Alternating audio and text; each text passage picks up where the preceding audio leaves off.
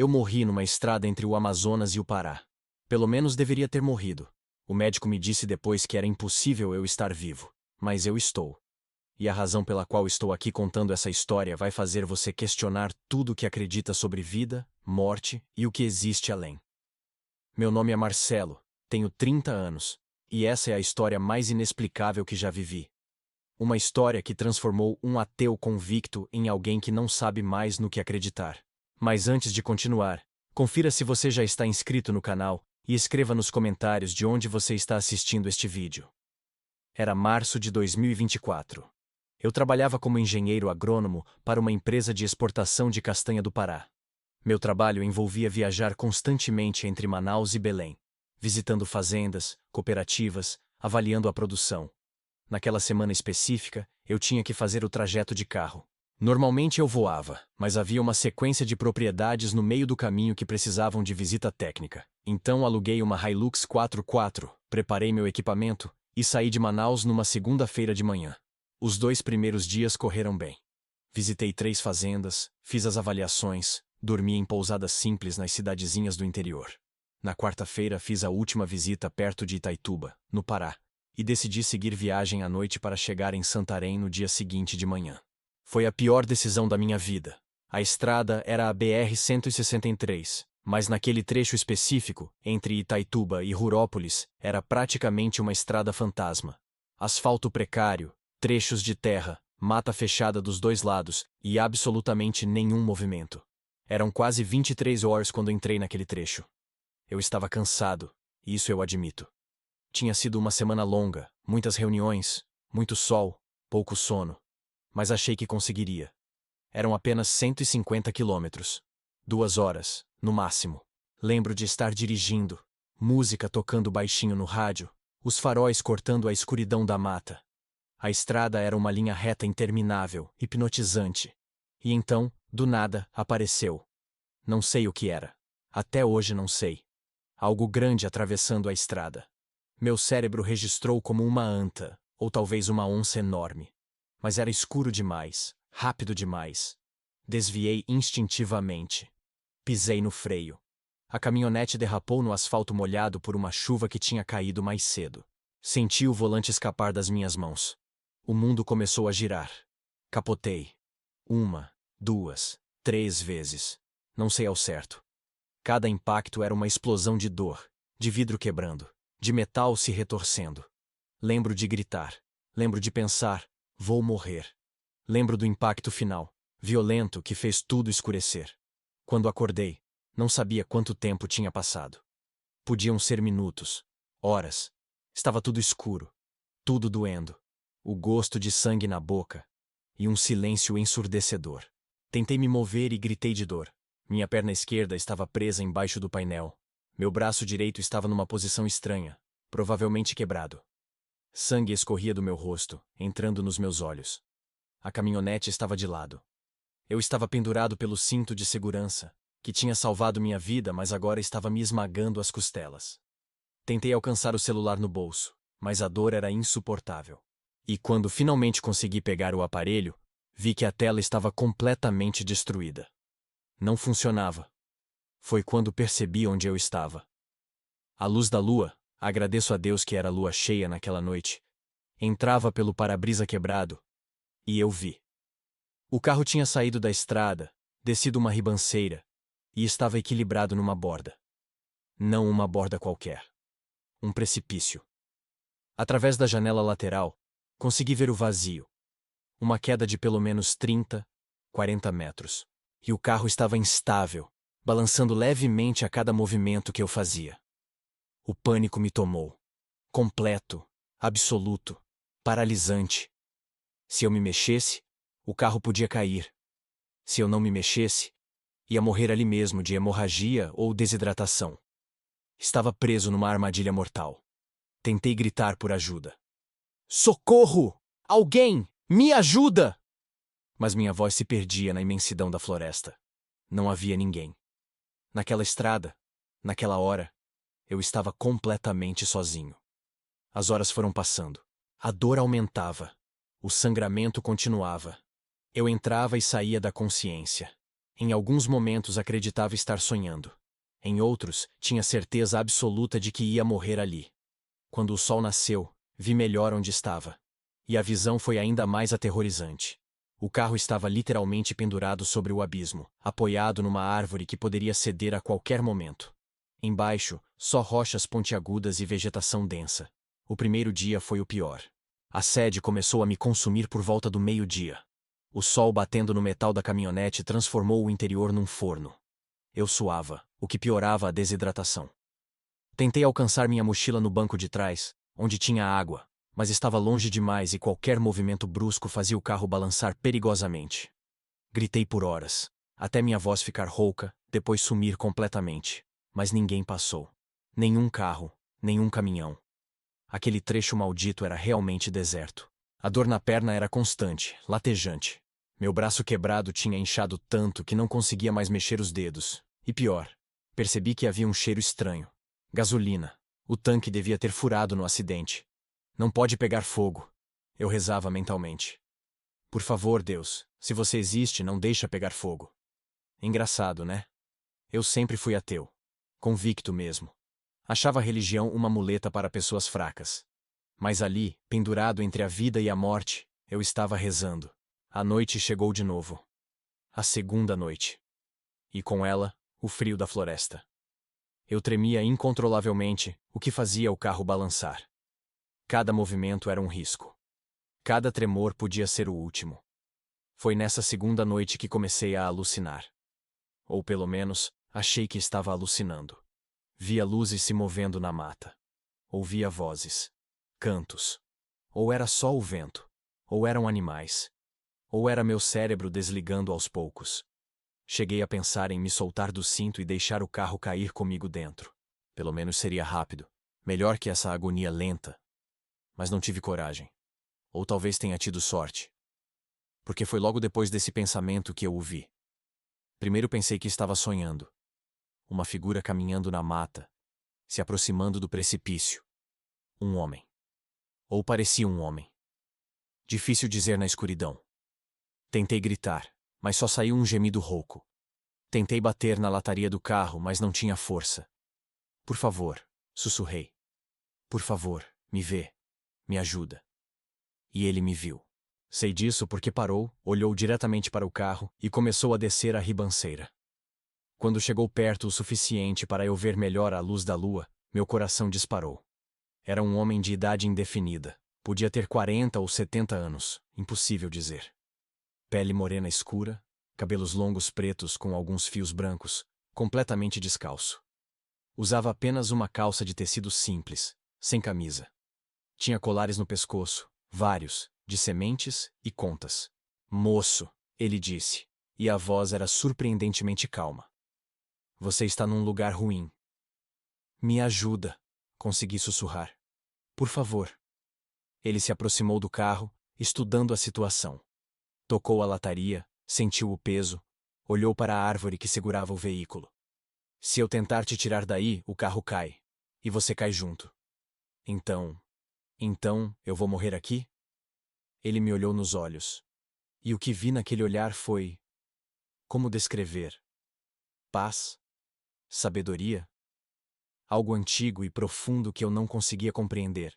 Não é hoje o seu dia, moço. Mas você precisa confiar em mim. Quem é você? Pode me chamar de João. João das Matas. Ele sorriu, revelando dentes surpreendentemente brancos. Eu cuido desse lugar, e parece que você precisa de cuidado. Eu preciso de um médico. Preciso de resgate. Tem que ligar. Não tem telefone aqui, moço. Não tem nada aqui a não ser mata e espíritos. Mas calma. Eu vou te tirar daí. Você acredita nisso? Um homem aparecendo do nada no meio da Amazônia falando em espíritos? Eu não acreditaria se alguém me contasse. Mas eu estava lá. E eu vi o que aconteceu depois. João das Matas começou a cantar. Baixinho no começo, depois mais alto. Não era uma música que eu conhecia. Não era em português completamente. Tinha palavras que eu não entendia, em alguma língua indígena talvez. E enquanto cantava, ele começou a amarrar cipós ao redor do carro. Cipós que ele arrancava da mata com as mãos nuas. Trançava com uma velocidade impossível e prendia na estrutura do veículo. O que você tá fazendo? Perguntei, confuso e com medo. Pedindo permissão para a mata, pedindo ajuda aos que cuidam desse lugar. Ele continuou cantando, amarrando cipós. Fazendo o quê? Um tipo de rede? Uma estrutura de apoio? Parecia loucura. Cipós não iam segurar uma caminhonete de 2 toneladas. Mas então aconteceu algo que eu não consigo explicar até hoje. Outros cipós começaram a crescer. Não, sério. Começaram a crescer e se entrelaçar aos que João tinha amarrado. Eu vi com meus próprios olhos, vinhas saindo da terra, subindo, se enrolando no carro, criando uma rede viva que segurava o veículo. Isso não é possível, murmurei. Muita coisa não é possível, moço. Mas acontece do mesmo jeito. João tinha subido no capô do carro agora, equilibrando-se com uma leveza impossível para alguém da idade dele. Agora eu vou abrir essa porta e te tirar daí. Não se mexa. Deixa eu fazer tudo. Ele forçou a porta que estava amassada. O metal gemeu, mas os cipós seguraram o carro firme. Depois, com cuidado, cortou meu cinto de segurança com uma faca que tirou de não sei onde. A dor quando minha perna se soltou foi insuportável. Gritei, e o mundo ficou branco por um segundo. Quando voltei, João estava me puxando para fora, me apoiando, me carregando para longe do carro. Assim que estávamos em terra firme, a uma distância segura, os cipós se soltaram. E o carro despencou. Caiu ribanceira abaixo, bateu nas rochas, explodiu numa bola de fogo que iluminou a noite inteira. Se eu ainda estivesse lá dentro... Você viu? Perguntei tremendo. Você viu o que aconteceu? Os cipós. Eles... A mata protege quem respeita ela, moço. E você tem proteção, senão não estaria vivo. Ele me carregou, e olha que eu peso 85 quilos, subiu a ribanceira como se eu não pesasse nada. No topo, havia uma trilha que eu não tinha visto. Seguimos por ela, adentrando a floresta. Se você está gostando dessa história, deixe seu like para me ajudar a continuar trazendo essas histórias reais que tocam o coração. Depois de uns 20 minutos, ou horas, perdi completamente a noção de tempo. Chegamos a uma clareira. Havia uma cabana simples, feita de madeira e palha. Uma fogueira queimava no centro da clareira. E havia, como descrever, um altar, uma mesa com velas, imagens de santos que eu não reconhecia, cabaças, ervas penduradas. João me deitou numa rede dentro da cabana. Acendeu velas ao redor. Começou a preparar algo numa panela. Chás, pelos cheiros que vinham. Você mora aqui? Perguntei. Às vezes, moro em muitos lugares, vou onde preciso estar. Como sabia que eu estava lá? Ele sorriu. Eu não sabia, mas meu guia sabia. Ele me acordou, disse que tinha um filho perdido na mata, que precisava de ajuda. Seu guia? Meu caboclo, meu pai espiritual. Foi aí que caiu a ficha. As velas, o altar, a forma como ele falava. Você é de Umbanda? Sou filho de santo, sim. Trabalho com os caboclos, com os pretos velhos. Sirvo aos orixás e aos espíritos da mata. Eu sempre tinha olhado religiões afro-brasileiras com ceticismo. Achava que era tudo encenação, superstição. Mas ali estava eu, vivo por causa de um homem que disse que seu guia espiritual tinha avisado sobre mim. Bebe isso. Ele ofereceu uma cuia com um líquido escuro, quente. Vai ajudar com a dor e com a febre. Bebi. Tinha gosto de terra, de plantas amargas, de fumaça. Mas em minutos, a dor começou a diminuir. Ou eu estava ficando dormente, ou estava morrendo de vez. Você não vai morrer, João disse, como se lesse meus pensamentos. Sua hora não é agora. Você tem coisas para fazer ainda. Como você sabe? Eu vejo. Vejo a luz ao seu redor. Vem de longe ainda, mas vem forte. Você vai viver muitos anos, moço. Vai ter filhos. Vai ajudar muita gente. Você acredita nisso? Em vidência? Em espíritos? Eu não acreditava. Mas João descreveu coisas sobre mim que ele não tinha como saber. Falou sobre minha família, sobre minha ex-namorada, sobre a cicatriz no meu peito que estava coberta por roupa. Passei aquela noite inteira oscilando entre consciência e um estado de sonho. Via coisas, ou achava que via. Figuras ao redor da fogueira. Indígenas, negros velhos, crianças, todos dançando, cantando. Às vezes olhavam para mim e sorriam. Outras vezes, nem pareciam me notar. Eles estão aqui para te ajudar na cura, João explicou quando perguntei. São os guias, os protetores. Vieram porque eu chamei. Ele passou a noite cuidando de mim. Limpou meus ferimentos com ervas que arderam como fogo. Imobilizou meu braço quebrado com talas de bambu e cipó. Fez uma tala improvisada para minha perna. Cantou, rezou, passou fumaça de ervas sobre meu corpo. E eu melhorei. Não faz sentido, mas melhorei. A febre que estava começando diminuiu. O sangramento parou. A dor ficou suportável. No dia seguinte, o terceiro dia desde o acidente, eu já conseguia sentar na rede sem desmaiar. João me deu mais chás, uma sopa de mandioca com peixe que ele pescou num igarapé próximo. Como você vive aqui? Perguntei. Sozinho, no meio do nada? Não estou sozinho. Tenho meus guias, tenho a mata, e às vezes recebo visitas como você. Outras pessoas já se acidentaram aqui? Alguns. Nem todos sobrevivem. Depende da força da alma, da proteção que carregam. Você tem proteção forte, moço. Sua avó reza por você. Senti um arrepio. Minha avó tinha morrido 5 anos antes. Como ele sabia dela? Ela está aqui agora, João continuou, olhando para um ponto vazio ao meu lado. Diz que sempre te protegeu, que você foi teimoso, não quis escutar os sinais, mas ela te ama, e por isso está aqui. Lágrimas começaram a escorrer pelo meu rosto. Eu não acreditava nisso. Não podia acreditar. Mas sentia algo. Uma presença, um calor, um cheiro familiar de alfazema que era o perfume que minha avó usava. Vó, sussurrei para o nada. E juro, que senti uma mão tocar meu rosto. Leve como uma brisa, mas real. Ela diz que você precisa ser mais cuidadoso, que tem uma vida longa pela frente, e que quando for sua hora, ela vai estar te esperando. Mas não é agora. Fiquei 3 dias na cabana de João. 3 dias que mudaram completamente minha visão de mundo. Ele me ensinou sobre a mata, sobre os espíritos que habitam cada árvore, cada rio. Sobre os orixás, Oxóssi, o caçador, dono das matas. Oxum, a senhora das águas doces. Xangô, o rei da justiça. Mostrou seu altar.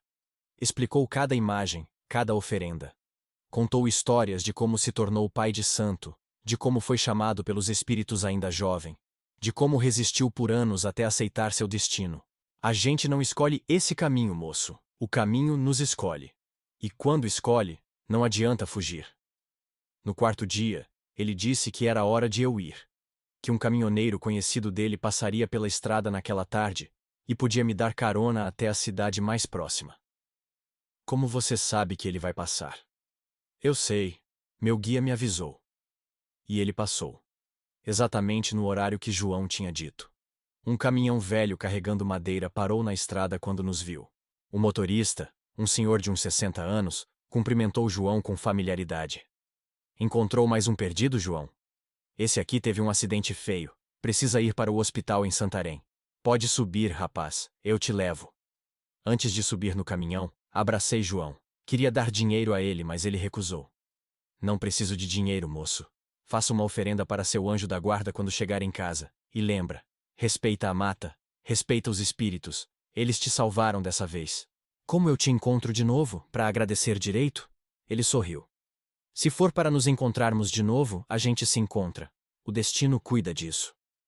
Me conta nos comentários. Você acredita em destino? Em proteção espiritual?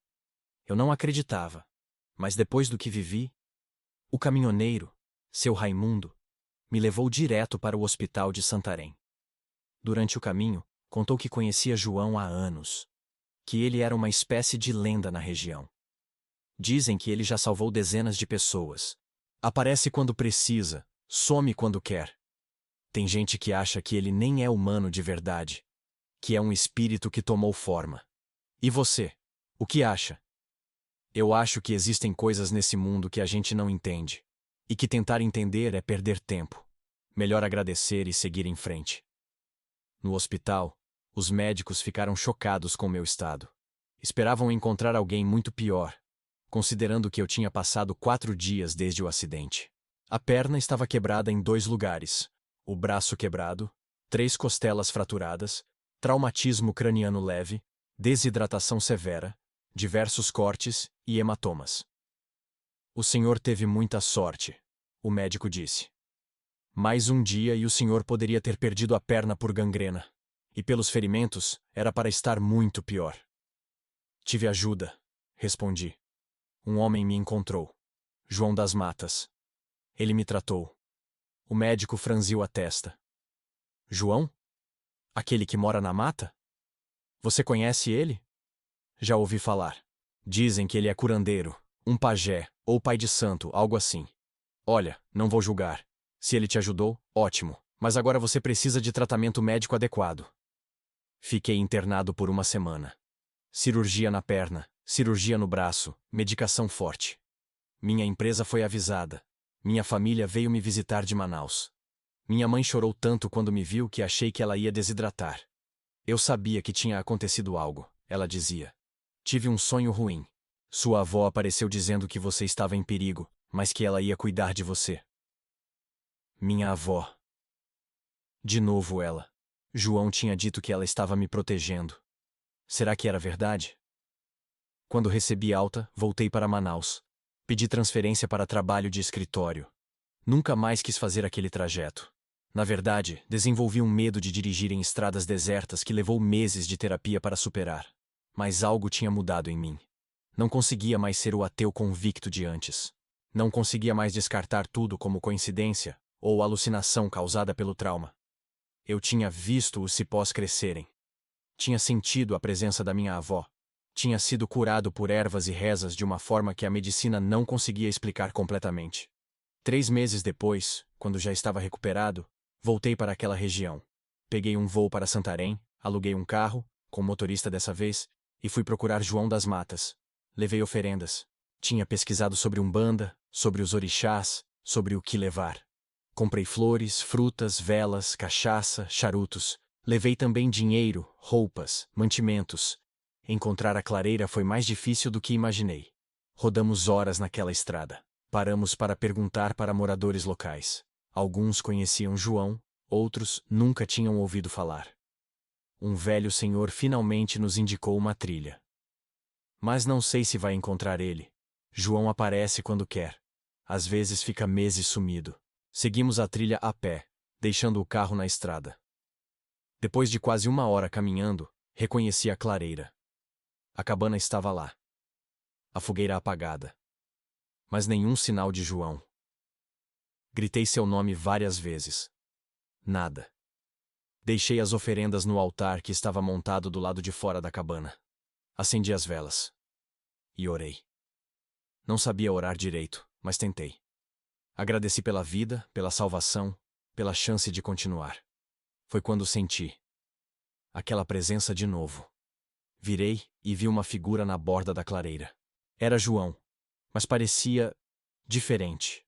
Mais jovem, mais luminoso, difícil de escrever. Você voltou, moço, ele disse, sorrindo.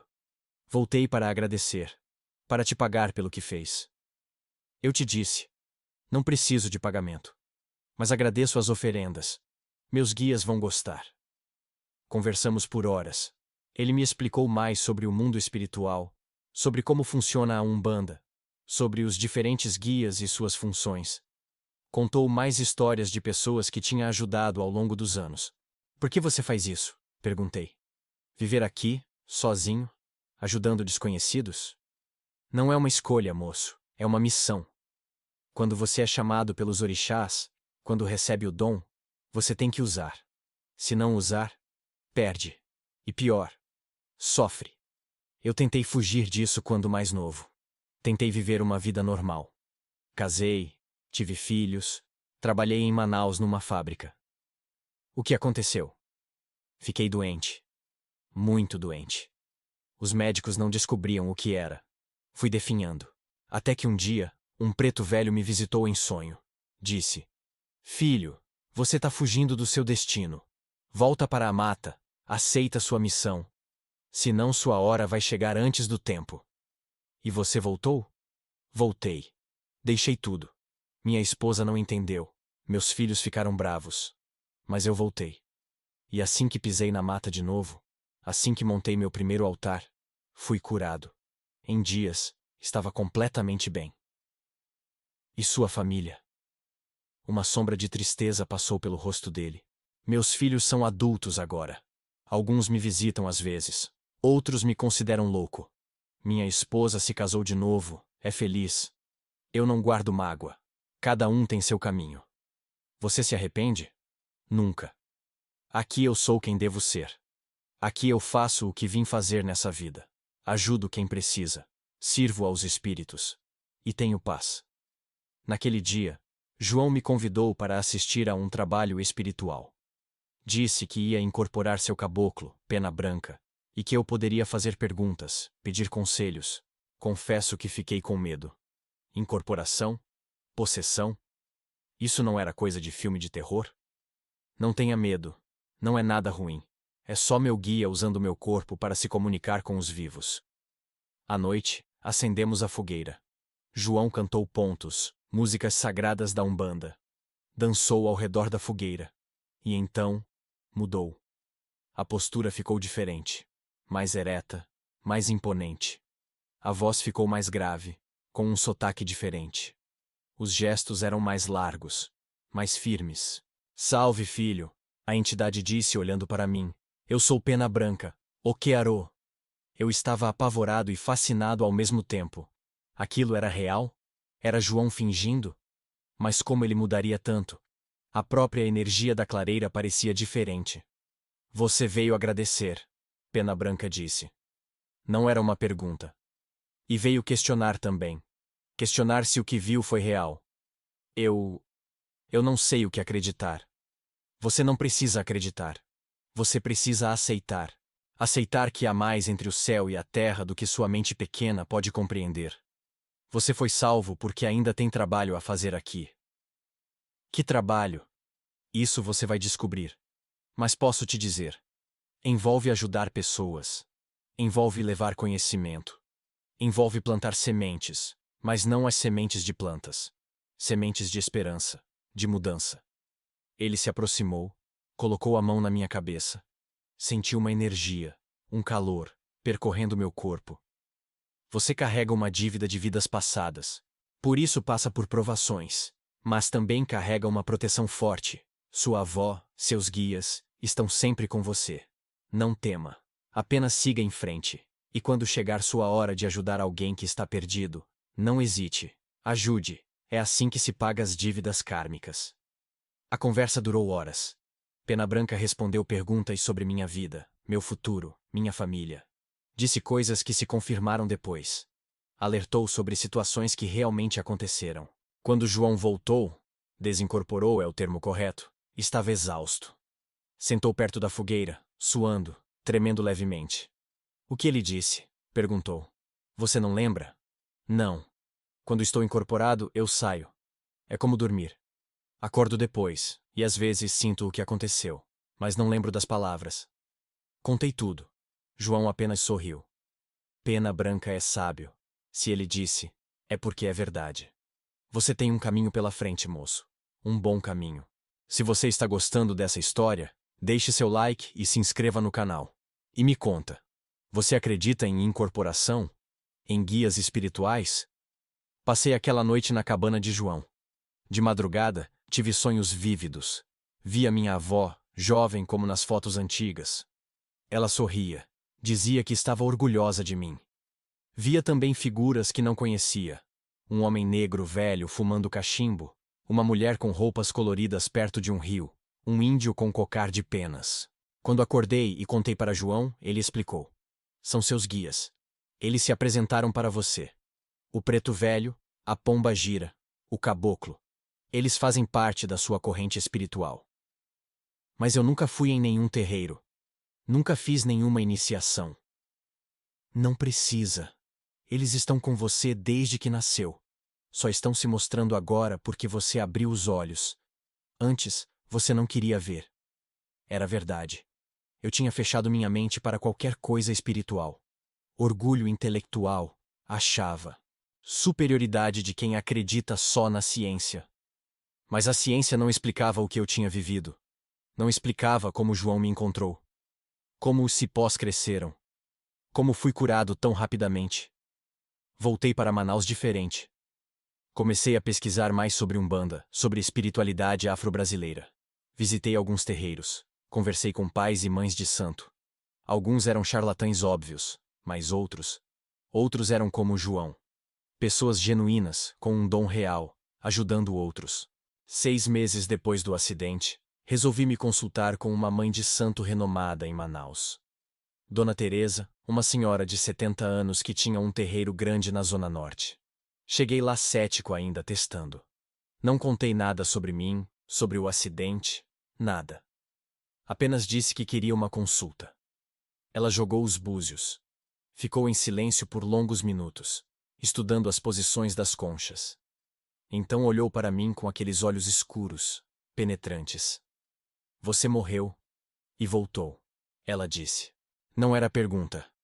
Como? Vejo aqui. Oxóssi te salvou. E um guia poderoso, um caboclo das matas. Você tem proteção forte, filho. Mas também tem uma missão que ainda não aceitou. Que missão? De ajudar, de curar. Não com suas mãos, mas com suas palavras, suas ações. Você vai tocar muitas vidas. Mas precisa primeiro aceitar que há forças maiores trabalhando através de você. Saí de lá atordoado. Como ela sabia. Eu não tinha contado nada. Os meses se passaram. Voltei ao trabalho. Vida normal. Mas eu não era mais o mesmo. Via o mundo diferente. Notava sincronicidades, coincidências que não pareciam tão coincidências assim. Sonhava com avisos que se concretizavam. Sentia presenças, energias. 1 ano depois do acidente, recebi uma notícia que me abalou. João das Matas tinha falecido. Um morador da região me ligou sabendo que eu o conhecia. Disse que João tinha sido encontrado na cabana, deitado na rede, com um sorriso no rosto. Tinha morrido dormindo, em paz. Fui ao enterro. Não havia muita gente. Alguns moradores locais, uns poucos filhos espirituais que ele tinha feito ao longo dos anos. Foi um enterro simples, como ele teria querido. Mas enquanto baixavam o caixão, eu vi. Ou achei que vi. Uma figura ao lado do túmulo. Era João, mais jovem, forte, radiante. Ele olhou para mim e acenou. Depois sumiu. Você viu também? Uma senhora ao meu lado perguntou. Viu o quê? João. Ele estava ali, se despedindo. Então não era só eu. Outras pessoas também viram. Naquela noite, tive um sonho. João apareceu, junto com Pena Branca. Disseram que o trabalho dele na Terra tinha terminado, mas que ele continuaria ajudando do lado de lá. E você, moço? Pena Branca disse. Seu trabalho está começando. Não fuja dele. Quando a hora chegar, você vai saber o que fazer. Acordei com essa frase ecoando na cabeça. Quando a hora chegar, você vai saber o que fazer. Me conta nos comentários. Você já teve um sonho que parecia real demais para ser só um sonho? Eu nunca acreditei nisso. Mas agora? 2 anos depois do acidente, a hora chegou. Eu estava voltando tarde do trabalho, dirigindo pelas ruas de Manaus, quando vi um acidente. Um carro tinha batido num poste. Outros carros passavam, olhavam, mas ninguém parava. Algo dentro de mim, uma voz, um impulso, sei lá, me fez parar. Estacionei e corri até o carro acidentado. Dentro havia um homem, inconsciente, sangue escorrendo da testa. O carro estava começando a pegar fogo. Dava para ver fumaça saindo do capô. Eu deveria ter ligado para a emergência e esperado. Era o mais sensato. Mas não fiz isso. Forcei a porta, soltei o cinto do homem. O arrastei para fora. Segundos depois, o carro explodiu em chamas. O homem acordou no hospital. Quebrou algumas costelas e teve um corte feio na cabeça, mas sobreviveu. Quando veio me agradecer, disse: Você me salvou. Eu ia morrer naquele carro. E então percebi. Era isso. Era disso que Pena Branca tinha falado. Eu tinha sido salvo para poder salvar outros. Desde então, isso aconteceu mais vezes. Não acidentes sempre, mas situações onde eu estava no lugar certo na hora certa. Um vizinho tendo um infarto e eu passando na frente da casa. Uma criança se afogando na praia e eu sendo o único adulto perto. Um amigo pensando em suicídio e eu ligando sem motivo exatamente naquela noite. Coincidências? Talvez. Ou talvez não. Comecei a aceitar. Aceitar que há algo maior me guiando. Que fui poupado naquele acidente por uma razão. Que tenho guias, protetores, me levando para onde preciso estar. Não virei pai de santo. Não abri terreiro. Esse não é meu caminho. Mas passei a respeitar. Passei a agradecer. Passei a ouvir aquela voz interna que me guia. E sabe o que é mais louco? Minha vida melhorou em todos os aspectos. No trabalho, fui promovido. Conheci minha esposa atual pouco depois de começar a aceitar minha espiritualidade. Tivemos uma filha linda, que nasceu no dia que seria aniversário da minha avó. Coincidência? Eu não acredito mais em coincidências. Hoje, 5 anos depois do acidente, tenho uma vida boa. Família, trabalho estável, saúde. Mas nunca esqueço aqueles dias na floresta. Nunca esqueço João das Matas e tudo que ele me ensinou. Todos os anos, no aniversário do acidente, volto para aquela região. Visito o túmulo de João. Deixo oferendas na clareira onde ficava sua cabana. Agradeço pela segunda chance que recebi. E sempre, sempre, sinto aquela presença. Como se ele ainda estivesse lá, me observando, me protegendo. Minha filha tem 3 anos agora.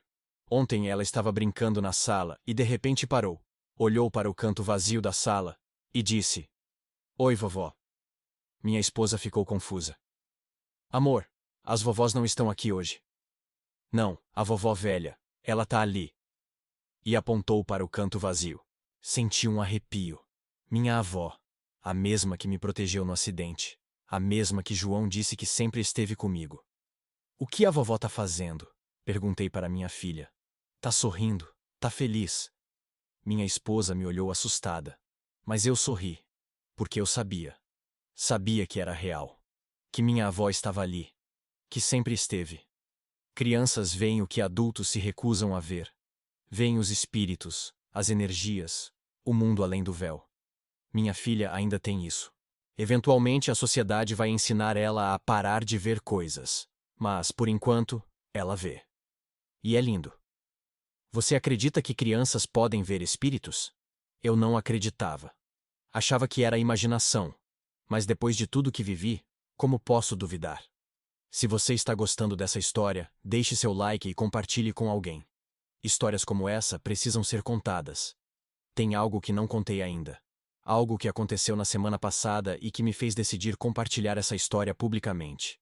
Eu estava em Belém a trabalho. Mesma empresa, mesma função, mas agora eu só voo. Nunca mais fiz aquela rota de carro.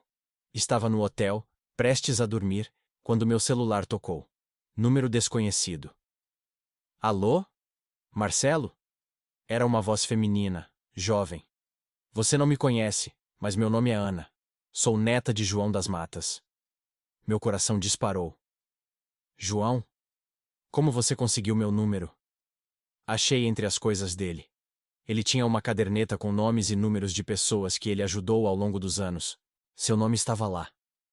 "Por que está me ligando?" Porque aconteceu algo estranho." "Meu avô morreu há 3 anos, certo?" "Sim, eu estava no enterro. Ontem eu sonhei com ele. Ele me disse para te ligar. Disse que você precisava de um aviso." Senti um arrepio percorrer minha espinha. "Que aviso?" Ele disse: "Diga para o moço do acidente que ele vai enfrentar uma escolha difícil em breve. Uma escolha que vai determinar o caminho de outra pessoa. Ele vai querer fugir, vai querer não se envolver. Mas diga que ele precisa confiar, precisa ajudar, como eu ajudei ele." Fiquei em silêncio, processando. "Eu sei que parece loucura", Ana continuou. "Eu mesma achei que era só um sonho. Mas o sonho foi tão real, tão vívido. E quando acordei, seu número estava na minha cabeça, como se sempre soubesse. Aí fui procurar nas coisas do meu avô e achei a caderneta com seu número." "Ana", falei devagar. "Obrigado por ligar. De verdade. Seu avô me salvou. E se ele está mandando esse recado, eu vou ouvir." Você. Você acredita nisso então? Em mensagens de quem já morreu?" Eu não acreditava. Mas depois do que vivi com seu avô, como posso não acreditar? Conversamos mais um pouco. Ela contou como era crescer com João, como as pessoas achavam ele louco, mas ela sempre soube que era especial. Contou que ela mesma tinha herdado um pouco do dom dele, via coisas às vezes, sentia presenças. Quando desliguei, fiquei olhando para o teto do hotel pensando: que escolha seria essa? Quando seria? A resposta veio 2 dias depois. Estava no aeroporto de Belém, esperando meu voo de volta para Manaus, quando vi um homem jovem, uns 25 anos, sentado sozinho no canto da sala de embarque. Ele estava chorando. Não aquele choro discreto. Um choro profundo, de desespero. Todo mundo ao redor ignorava. Vivemos numa sociedade onde evitamos o sofrimento alheio. Não queremos nos envolver, não queremos complicação. Eu ia fazer o mesmo. Ia pegar meu celular, fingir que não via. Mas então lembrei. Lembrei do aviso de João. Uma escolha difícil. Ele vai querer fugir, não se envolver. Me levantei. Caminhei até o rapaz. Sentei ao lado dele. Você está bem? Ele me olhou, os olhos vermelhos, inchados. Por que se importa? Porque alguém se importou comigo uma vez quando eu precisei. Posso ajudar? E ele desabou. Contou tudo. Tinha perdido o emprego, a namorada tinha terminado, os pais tinham expulsado de casa por ser gay. Estava indo para Manaus tentar recomeçar. Mas não conhecia ninguém lá. Não tinha para onde ir. Tinha pensado seriamente em desistir de tudo. Desistir como? Perguntei já sabendo a resposta. Desistir da vida. Não aguento mais sofrer.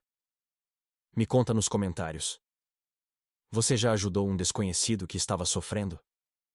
Às vezes um gesto simples salva uma vida. Fiquei com ele. Conversamos durante toda a espera do voo. Depois, durante o voo inteiro. Dei meu número, ofereci ajuda para ele se estabelecer em Manaus. Apresentei para amigos que podiam ajudar com o emprego. Convidei ele para jantar com minha família. Hoje, 6 meses depois, esse rapaz, Lucas é o nome dele, está bem. Conseguiu emprego, alugou um apartamento pequeno, está reconstruindo a vida, e ele me diz que eu salvei ele, que se não fosse por aquela conversa no aeroporto, ele não estaria aqui. Mas eu não salvei ele, João salvou. Através do sonho com a neta, através do aviso, através de me ensinar que devemos ajudar quando somos chamados. É assim que funciona. Uma corrente de bondade, de proteção, que passa de pessoa para pessoa, de vida para vida. João me salvou. Eu salvei Lucas. E quem sabe quantas pessoas Lucas vai salvar no futuro? Essa é a verdadeira missão. Não é sobre religiões ou crenças específicas. É sobre estar presente quando alguém precisa. É sobre ouvir aquela voz interna que diz: pare, ajude, se importe. Hoje, quando conto essa história, algumas pessoas acreditam. Outras acham que foi tudo coincidência, que os cipós crescendo foi alucinação do trauma, que as mensagens espirituais são só meu subconsciente. E tudo bem. Cada um acredita no que quer. Mas eu sei o que vivi. Sei o que vi. E sei que há forças nesse universo que não compreendemos. Forças que nos protegem, nos guiam, nos salvam quando nossa hora não chegou. Sou grato. Grato por ter sobrevivido. Grato por ter conhecido João. Grato por ter aprendido que há mais entre o céu e a terra do que minha filosofia de ateu imaginava. Você não precisa acreditar em Umbanda especificamente, ou em qualquer religião. Mas acredite nisso. Há bondade no mundo. Há pessoas dispostas a ajudar sem pedir nada em troca. Há momentos em que somos salvos de formas inexplicáveis, e quando sua hora chegar, não de morrer, mas de ajudar alguém, não fuja. Não ignore. Não passe reto. Pare. Ajude. Se importe. Porque talvez você seja o João das matas de alguém. O anjo que vai aparecer no momento mais escuro da vida de outra pessoa. Se você chegou até aqui, obrigado de coração por me acompanhar nessa jornada. Essa é minha história. A história de como morri e voltei. A história de como um caboclo da Umbanda me salvou. A história de como aprendi que milagres existem, mesmo para quem não acredita neles. Deixe seu like, se inscreva no canal e me conta nos comentários. Você já viveu algo inexplicável? Algo que mudou suas crenças? Sua história pode inspirar alguém hoje. Ah, e se você quiser saber, voltei àquela clareira mês passado. A cabana está caindo.